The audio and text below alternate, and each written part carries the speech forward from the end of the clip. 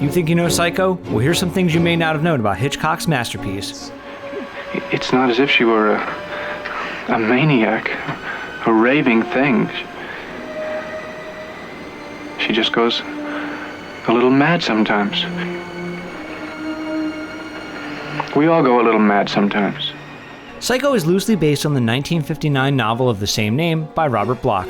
The novel itself is loosely based on the actions of a Wisconsin man named Ed Gein, who was a convicted grave robber and murderer who lived a mere 40 miles away from Bloch. Bloch designed the protagonist of his story, Norman Bates, after Bloch, even including Bloch's controlling mother, Bloch's shrine to her, and Bloch's penchant for dressing up in women's clothing. It was director Alfred Hitchcock's assistant, Peggy Robertson, who discovered the book after reading a favorable review by book editor Anthony Boucher. She showed the book to Hitchcock despite the fact that the book had already been passed over by Paramount Pictures, as they felt the book would not translate well to film. Hitchcock procured the rights to make the film for $9,500 anyway, additionally tasking Robertson to purchase as many copies of the book as possible in order to keep the twist of the novel a secret for when it was transitioned to film. The only way Hitchcock could get Paramount to agree to distributing Psycho was by deferring his salary in exchange for 60% of the profits. I couldn't do that. Who'd look after her? She'd be alone up there.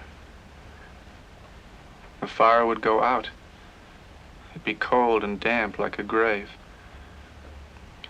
If you love someone, you don't do that to them even if you hate them.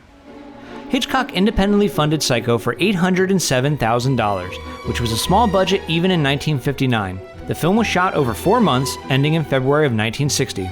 Almost the entire film was shot with a 50mm lens on a 35mm camera, which very closely resembles average human vision. Hitchcock purposefully did this to involve the audience further in the film. Psycho was also shot entirely in black and white, partially to keep costs down, but also to keep the shower scene from being too gory. Additionally, Hitchcock used his crew from his television series, Alfred Hitchcock Presents, as another way of keeping costs low, with the added bonus of being comfortable around them and trusting them to shoot the film properly. Overall, the film ended up grossing $40 million, $15 million of which went straight to Hitchcock himself. In order to get big names to star in the film, Hitchcock used his reputation. Janet Leigh agreed to star for only a fourth of her typical fee after merely reading the novel, getting paid only $25,000. Anthony Perkins agreed to star for only $40,000. Both actors were given liberty to interpret and improvise with their characters as they saw fit, giving them personality beyond what the novel and script offered. This manifested in a handful of ways, one of the most notable being Perkins giving Norman the habit of eating candy corn. Dirty night. You have a vacancy? Oh, we have 12 vacancies. 12 cabins, 12 vacancies. They moved away the highway. Originally, Alfred Hitchcock intended for there to be no soundtrack during the shower scene or any of the motel scenes, though upon composer Bernard Herrmann's request, Hitchcock tried adding Herrmann's all-string piece entitled The Murder to the shower scene. Hitchcock relented, agreeing the scene was much more tense with the piece and essentially doubled Herrmann's salary. In order to achieve the scene in which the camera is looking directly at the shower head while it's on, the camera in use had to be outfitted with a long lens and a set distance away from the shower head, and the shower head's inner spouts were blocked off. This allowed the camera to successfully film the shower head to look like it was pointed directly at the camera without getting wet.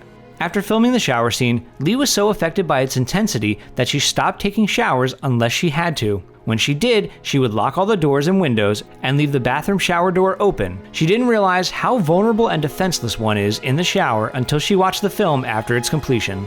During the weakened state of the motion picture production code in the late 1950s and early 1960s, films like Psycho began to push the envelope of what was able to be depicted on screen.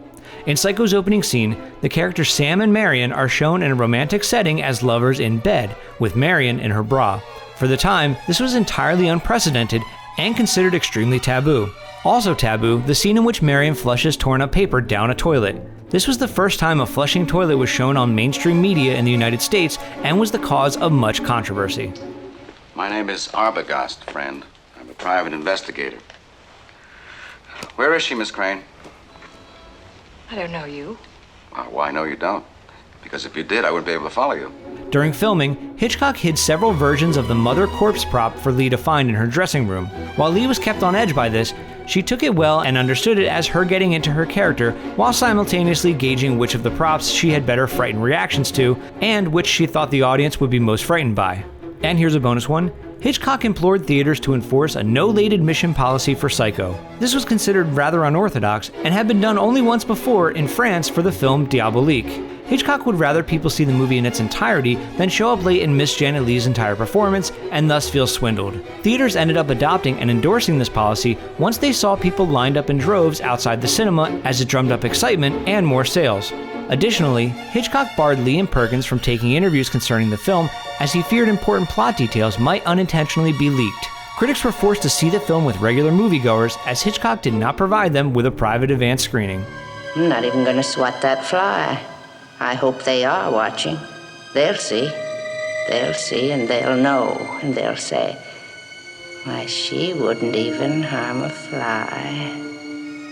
That's it for this episode of You Think You Know Movies. Make sure to subscribe, like us on Facebook, follow us on Twitter, and get the latest movie and TV news on ScreenCrush.com.